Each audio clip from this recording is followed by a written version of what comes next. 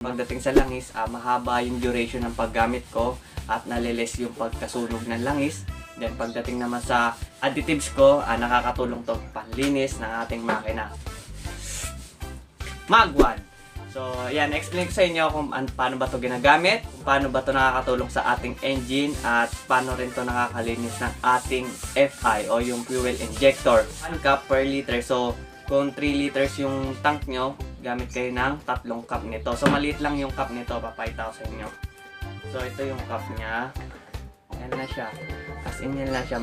May plastic content pa siya sa loob. So, pag nakita nyo, maliit lang talaga siya. So, 1 liter lang per 1 cup. So, kung 3 liters yung tank nyo, 3 cup lang to. Yun lang, napakadali lang. So, hindi nyo na kailangan mag-compute pa. So, 1 cup per liter.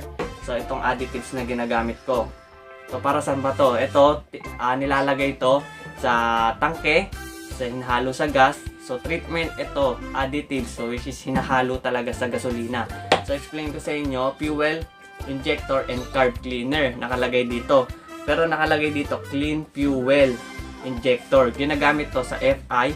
Pwede rin naman to sa carburetor kasi FI, injector ang nililinis. Pagdating naman sa carburetor, yun yung mga nozzle, yung mga jettings, floater. Ito, nagre-reservo din to sa chamber ng ating carburetor. So, parehas lang naman yung carb type tsaka FI. Pinagkaiba lang nun, pinaghiwalay lang talaga.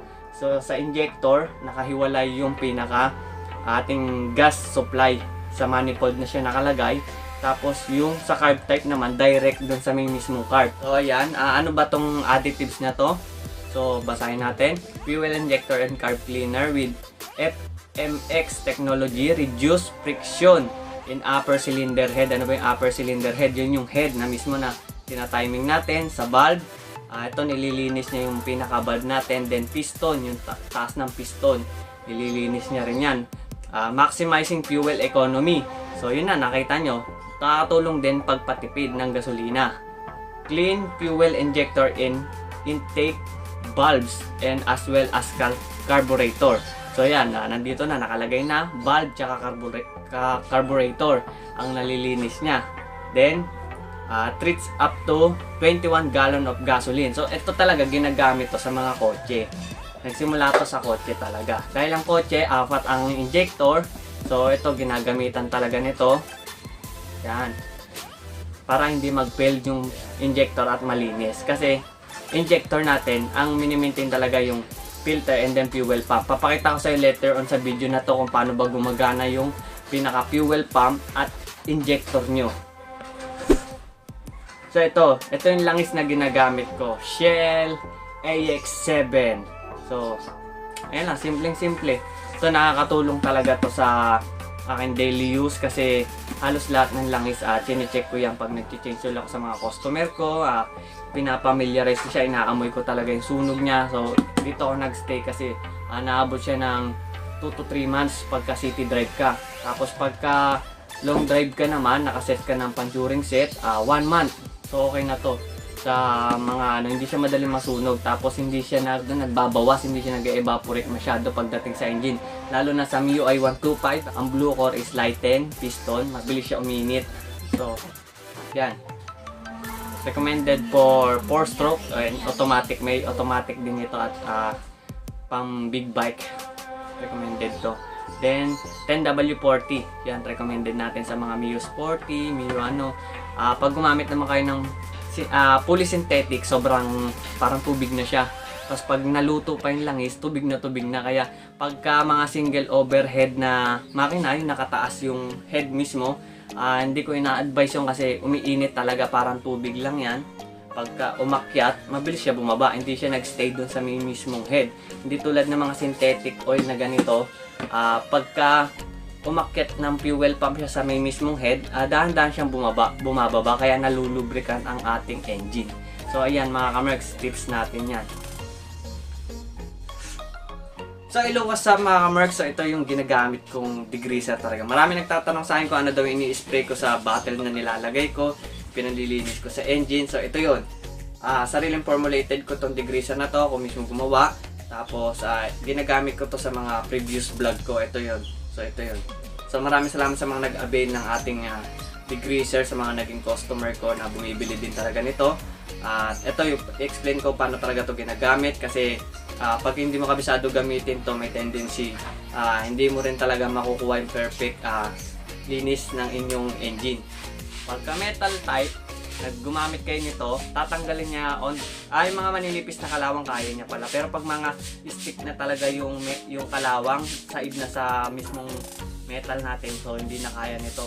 Gamit na kayo ng other brand na pangtanggal talaga ng kalawang. So ito talaga pang cleaning lang talaga to. So ito ginagamit ko to sa mga crankcase na marurumi, sa mga alloy type. Good na good tong ating degreaser. Pwede rin to ihalo sa mga pag nagka-carwash kayo, halo lang kayo ng onting ml nito, tapos haluan nyo ng pampatak na dishwashing liquid. So yun na, okay na, panlinis na. Nakakatanggal to ng medyo dumi-dumi sa mga flare natin. Yun, in-explain ko sa mga bumibili nito sa akin na lilinisin nyo, banlaw, tapos apply ng onting oil para naman ma-prevent yung pagkakalawang agad ng inyong part na nilinis na yun.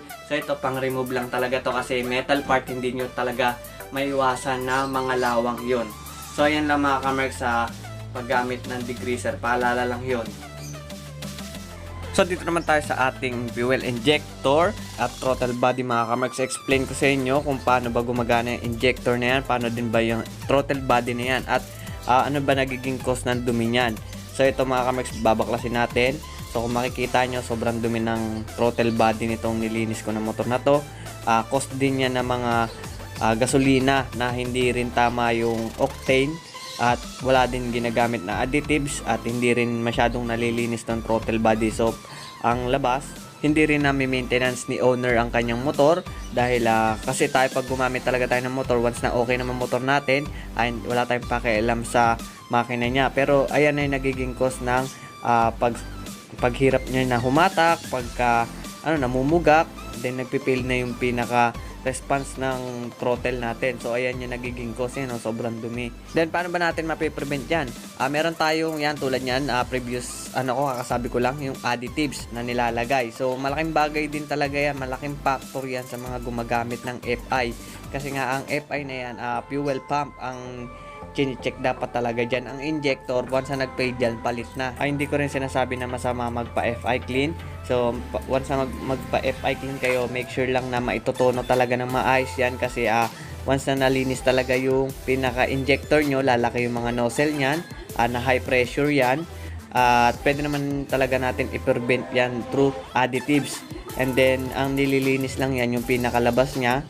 Tapos, papakita ko later on sa video kung paano talaga siya gumagana, yung pinaka-injector natin, kasi gas din naman ang dadaan dyan. So which is malinis din naman yung gas, ginagamit din panlinis. So fuel pump talaga at fuel filter ang chine-check dyan. So itong throttle body naman, ito dapat talaga nililinis. At pwede kayong gumamit ng yan, tulad yan, degreaser. May panggamit talaga ako degreaser, best yan sa mga ganito kasi alloy type ang ating throttle body. Then kung wala naman kayo talagang degreaser, gamit kayo ng gasolina o kaya yung carb cleaner. So yan, mga possible way na pwede nyong gamitin. Then yan, air pressurize lang talaga gamit dyan para matanggal, malinis yung mga nozzle, yung mga daanan ng hangin. At sa air mix, yun yung pinakamalaga, yung air mix, kasi yung tulad niyan, marami nagtatanong sa akin, yung air mix na napakaliit na yun na pinipihit, yun daw yung adyasan ng pinaka idle. So which is hindi naman talaga yun yung adyasan. So ito na ang ating manifold. Wow, ito yung throttle body. Wow, yeah, sobrang linis mga kamerks. Yan talaga yung power ng ating degreaser. Marami nagsasabi ito daw yung adyasan ng minor. Ito yung air mixer natin, which is ito talaga yung hangin. So ito yung nagmi-mix ng hangin at gas sa ating manifold na papunta sa engine. So wag niyong gagalawin yan pagka hindi talaga nalinis yung pinaka throttle body nyo, kasi mag-unstable yung pinaka idle nyo talaga, hindi nyo makukuha yung tamang timpla ng RPM.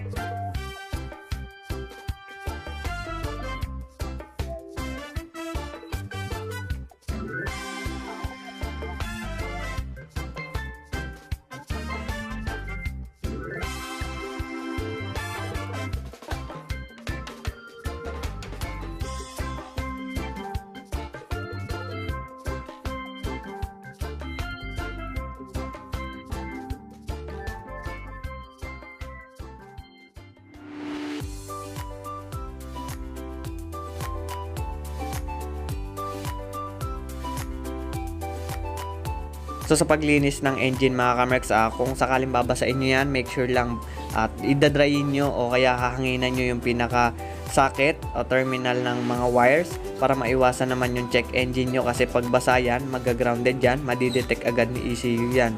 So yung mga sensor dapat dry. So ayan mga merks, meron tayong shout out list for today's vlog.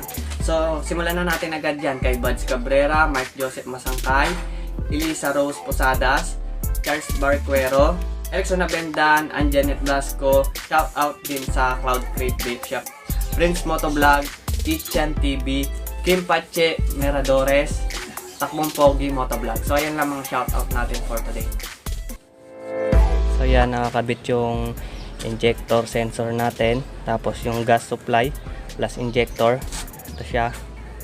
Yan, makikita nyo, on ko yung susi. Pag on ko, gagana to.